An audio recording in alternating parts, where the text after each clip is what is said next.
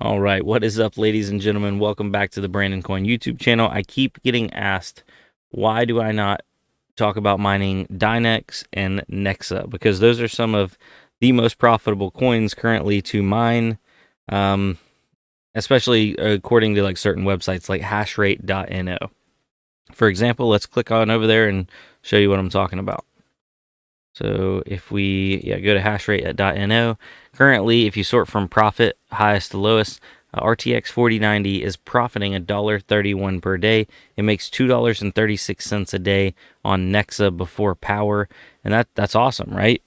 That's great. The only issue is, by my opinion, Nexa and DNX, since they're not picked up by a lot of big exchanges, like if you go over to CoinGecko and type in Nexa, it looks like the main exchange that most of the volume's on is MEXC Global.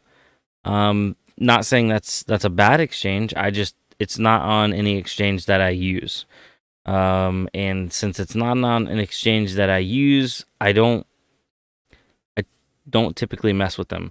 I do have some exchanges for some like other coins, but it's just one of those things. I don't want to sign up on this random exchange just to mine this one certain coin and then flip it into this and have to transfer it over. More taxable events, just more headache to keep up with everything. It actually looks like the trust score on MEXC is like a yellow. I don't know if that's a good thing or not. But then it's also on TXBit and Trade Ogre. Both of those. I mean, Trade Ogre's been around for a long time, but I don't use it. So Nexa, volume wise, it's got a little bit of volume, but it's just not on enough exchanges for me. And some people will be like, oh man, you got to mine it and then go over there, sell it, transfer over like Litecoin or Dogecoin. It's a lot. It's a lot. I'd rather mine something a little bit more stable.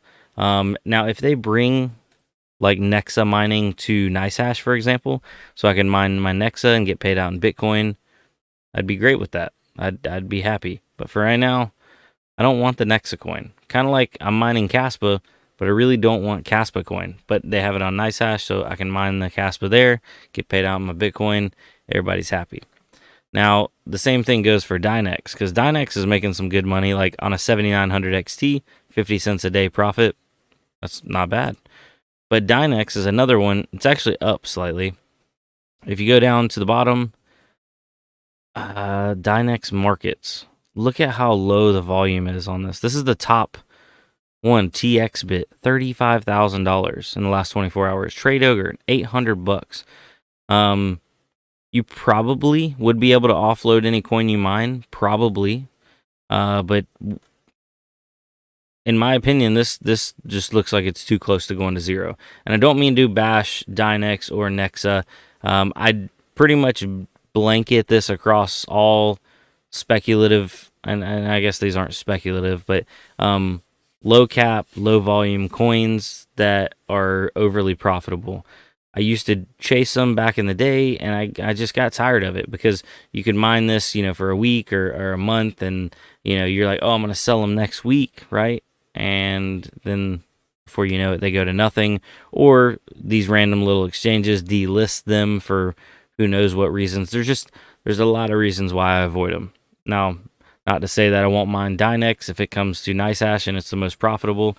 I'm pretty much, I have no prejudice against any coin.